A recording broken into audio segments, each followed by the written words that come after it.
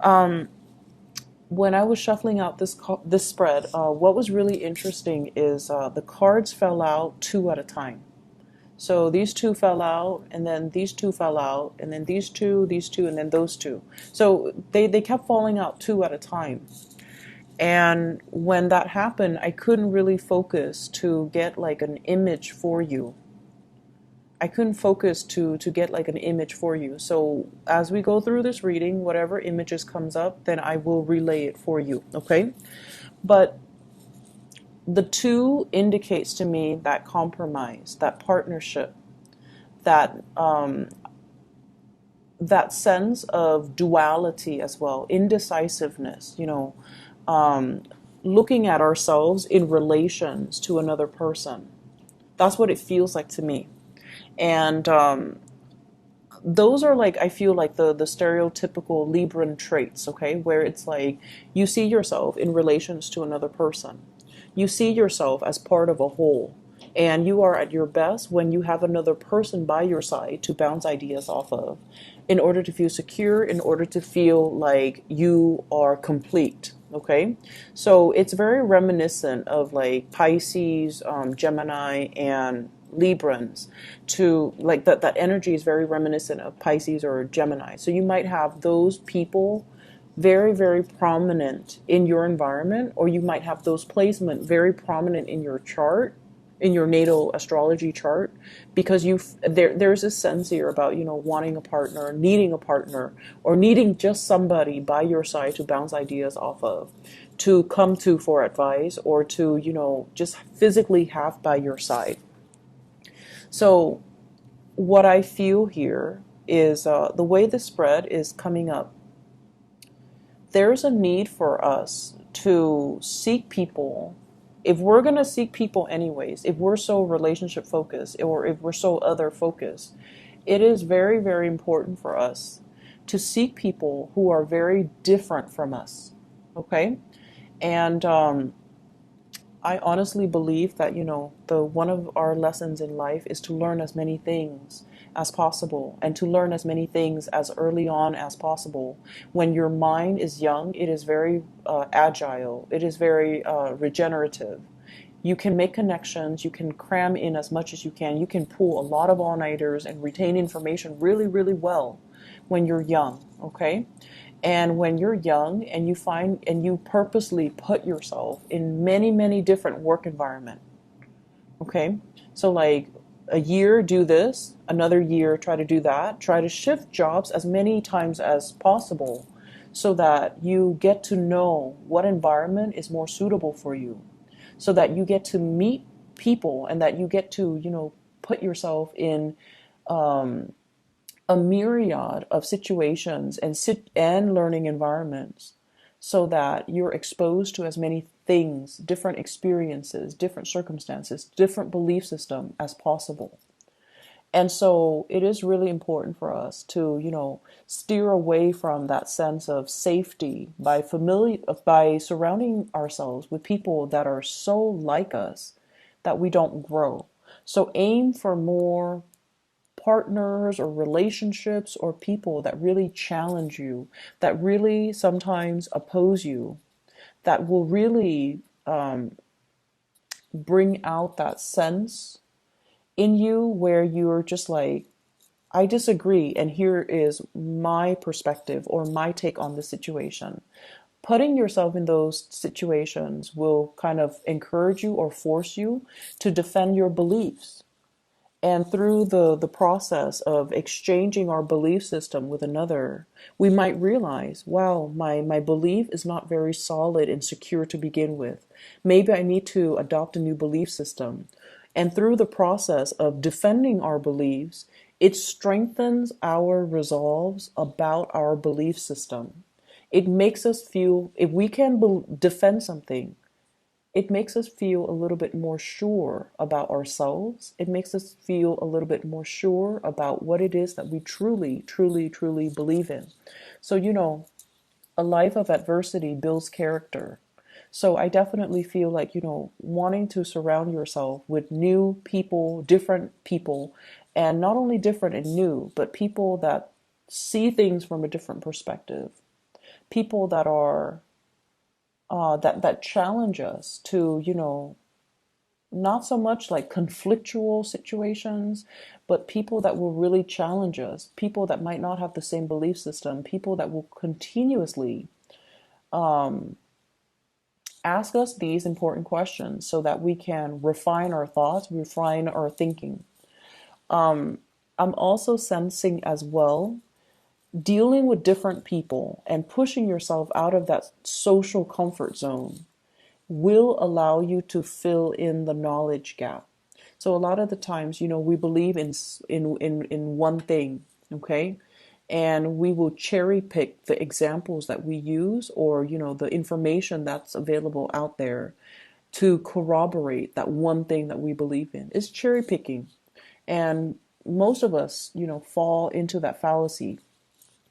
And so this message for many of you, I feel it is about doing the necessary research in order to fill in the knowledge gap, doing it the right way, doing it the proper way, not just cherry picking data or information and then glossing over the information that, runs counter or is contrary to what it is that we're trying to persuade people on, what it is that we're trying to tell other people.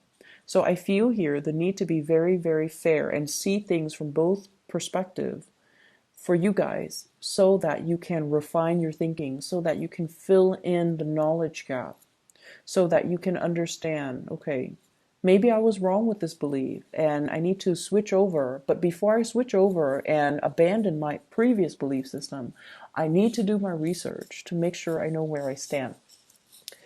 And the reason I harped on this was because, the cards fell out two at a time. And also, there's a huge thing here about, I'm seeing a lot of students. You're going through some type of a training situation, and I feel almost like some of you, and not all of you, but some of you, you're just like, I already know this. Why are they giving us training on this? Why am I forced to sit through this? Why am I being taught something I already know? And I almost feel like that mentality, will will be to your detriment. Okay? So I feel like there's a way that you're doing something, and that's like your go-to process. Like you've already got it down, and you're just like, I already know what I'm doing. All these people, they're wasting my time. They don't know what they're talking about. But it is something that you have to do. So some of you, for example, you're going to school to get a degree. And a lot of people nowadays, in order to land a very good job, we need a combination of experience, real life work experience, as well as degrees and diplomas. And I feel like for some of you, you're going through the motions. You already have the work experience. You already have the hands-on work experience. You already know what you're doing. And yet you're forced to go through some type of training, or you're forced to finish school in order to get that diploma so that you're more employable. And I feel like it's very, very frustrating for you. But I would say take that paradigm shift, because you're there for a reason. You already probably paying tuition. You're Even if the training is provided for free, it could be, led by by your company. You're already going to have to be there. Make the most of it. And whenever we enter an environment, any type of environment, whatever we put in is whatever we're going to get out. So if you're very hands off and very detached, and keep people at arm's length, and already come in with the attitude that I already know this, then you're going to get very, very little out of it. Okay, so I feel that there are things right now where you have to fill in the knowledge gap. You might not have all the information, and the people around you might have information that you need. Okay, so for example, if you're a financial planner and you're forced to, as a part of your coursework, as a part of renewing your license, you're forced to attend some financial planning workshops just to, get those credits, just to renew your license. And you're coming in there and you're just like, I already know all of this stuff. And the people that are teaching it lack the experience. They lack the articulateness that you guys love as an air sign. So what I feel is maybe you're not there to learn financial management. You're just there to renew your license.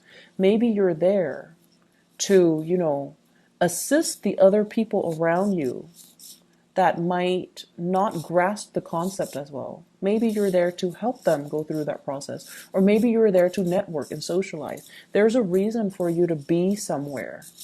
And so you have to make the most of it. Okay, see things from the other side. And there is a thing here about, I'm seeing a lot of students once again, and there's some information that you feel you're missing, some very, very vital piece of information. And I see some of you obsessively reading up on it, doing a lot of research. And you're just like, wait a minute, this research is not available out there.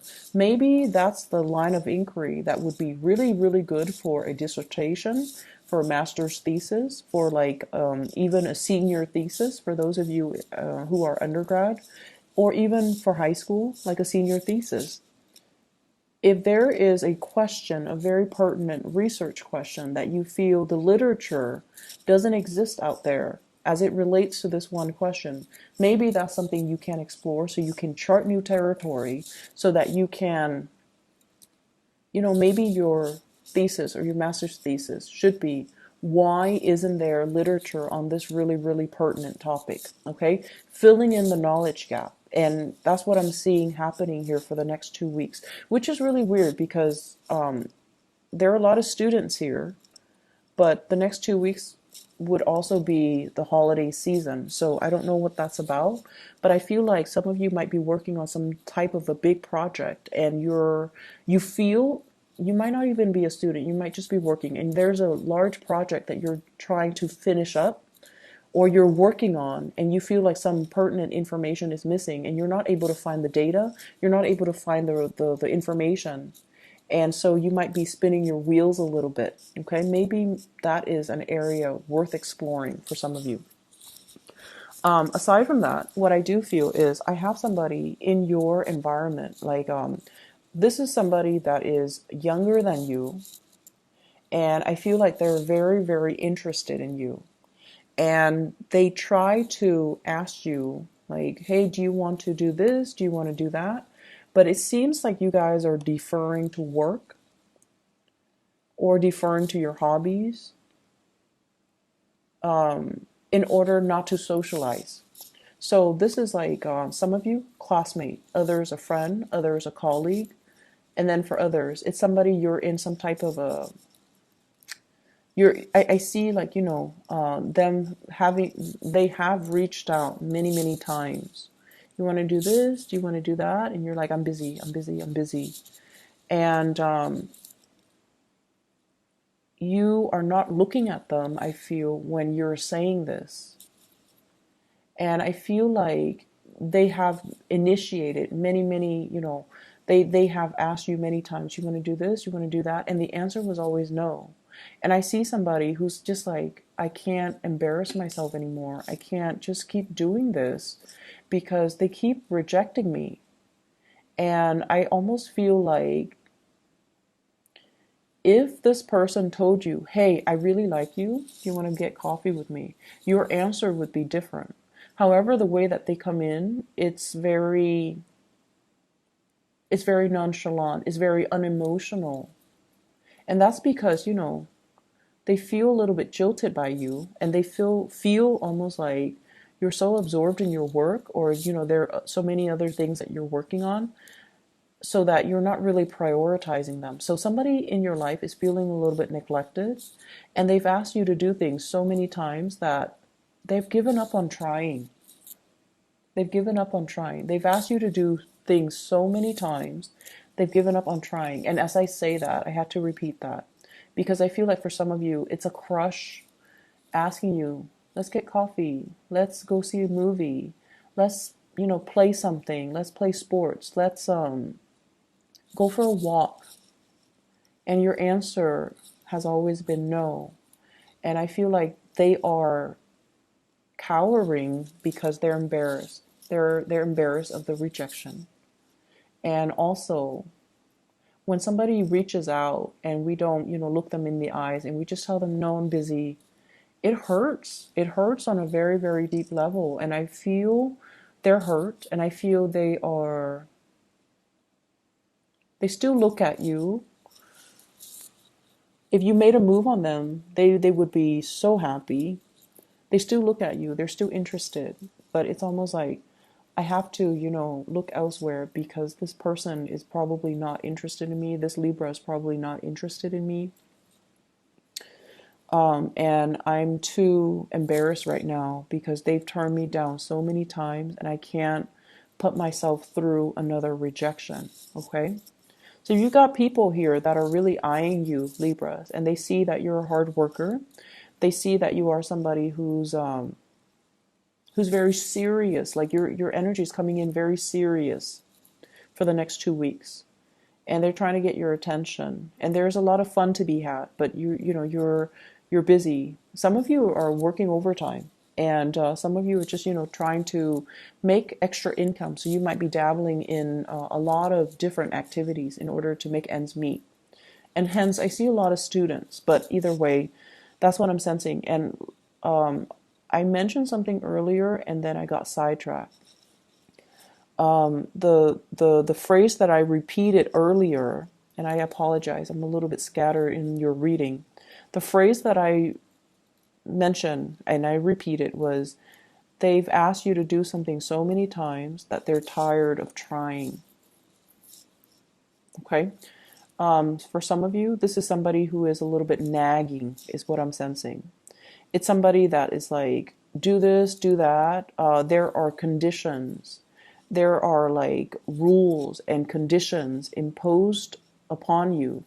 And this is somebody that's like, they're never satisfied. They're always nagging. I see a really big nagging energy. And I feel like they could be somebody who is a little bit manipulative. They're a little bit manipulative. They know how to get you to do things by distorting the story, okay? Can you get me that? My stomach hurts and I can't walk all the way over there to fetch it myself. Can you get it for me, please? Like that. Playing on your weakness, playing on your kindness, or they're manipulative. I have the High Priestess in the reverse and the Magician in the reverse. When these cards are in the reverse, it's manipulation. Using something to our advantage, but not for a very good reason, not for a good cause, okay? So you want to be a little bit careful.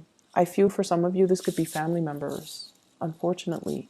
I feel like it could be family members, somebody who's trying to get you to do something by distorting the truth, or they're telling you like, they're telling you, oh, can you take my dog to the vet?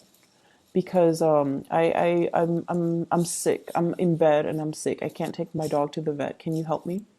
And then you find out that, you took their dog to the vet and you said your goodbyes, and you find out that, so let's say it was Saturday. Saturday, they went to the movies.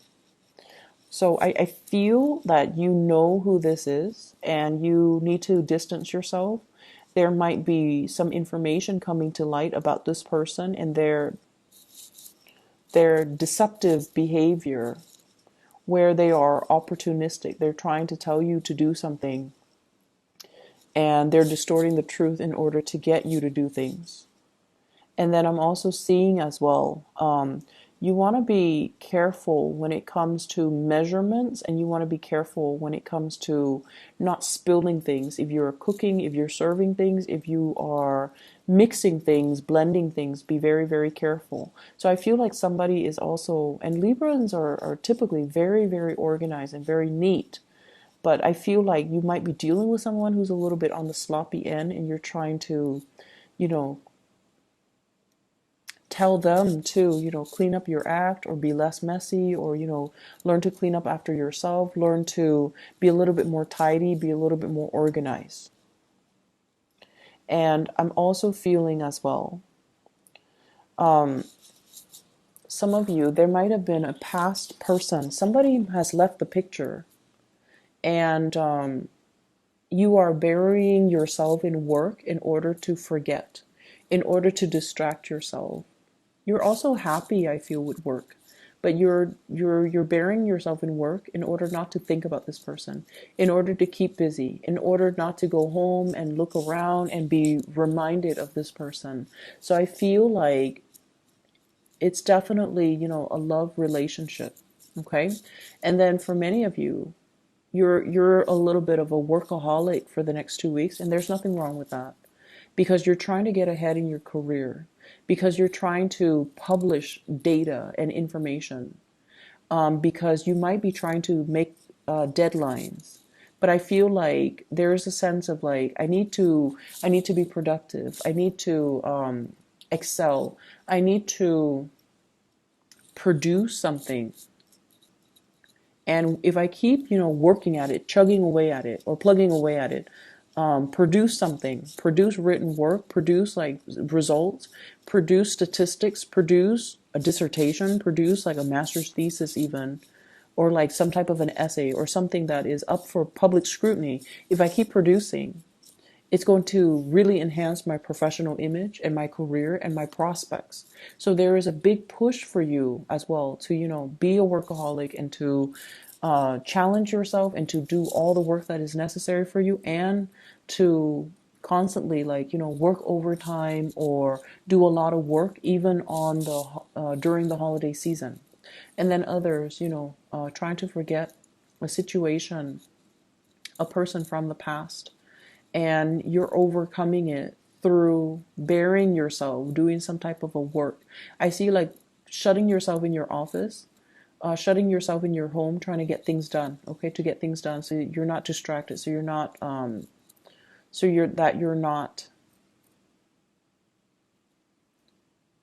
that you can forget things, so you can tune people out. I feel like for many of you, you're rebuilding your wealth. You're rebuilding your wealth. So I feel almost like some people growing up with parents or in households, grandparents, or with parents who are extremely wealthy. And I feel like, they passed. It's almost like the environment was so stable and so full of abundance that things were taken for granted. The knowledge on how to accumulate wealth was never passed down. It's like you either had like really, really successful parents or grandparents, and they knew how to make money work for them. They didn't slave away. They didn't have to work hard. They're just very business or, financially very savvy. But the knowledge, the ways to make money and to generate the money and to make the money work for you, it was never passed down. And I feel like you're at a point where you can definitely ask, and they won't hide anything from you. But I almost feel like you're trying to do it the hard way to generate wealth, and you're reinventing the wheel when you could easily reach out and ask, like, how did you do that? How did you accumulate, so much, so much property when you at such a young age? What is your secret? What is your investment secret? So I feel like there is a conversation here about finances that can be had with, people that are successful in your life without you having to do the legwork and to reinvent the wheel. So it's like doing things the smart way rather than the hard way. Okay. The past person from the past person in the past, excuse me, I'm so scattered with your reading. I'm so sorry.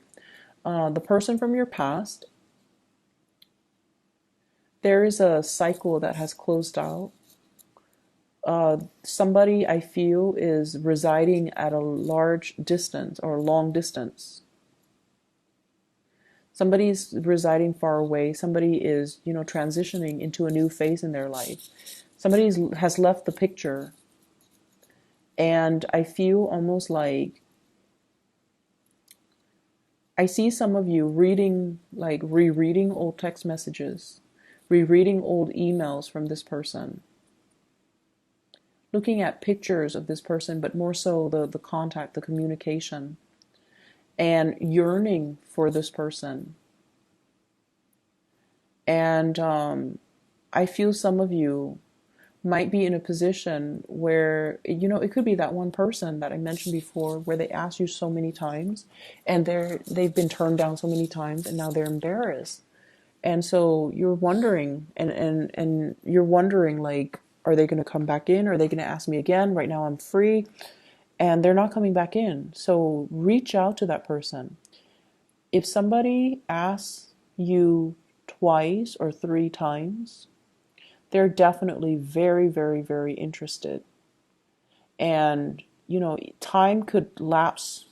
Time could like elapse between, the times that they asked you and the last time that you said no. But I feel like if somebody asks us to do something, right, 2 or 3 times, you want to get coffee, you want to get lunch, you want to go for a walk, there's definitely still interested in you.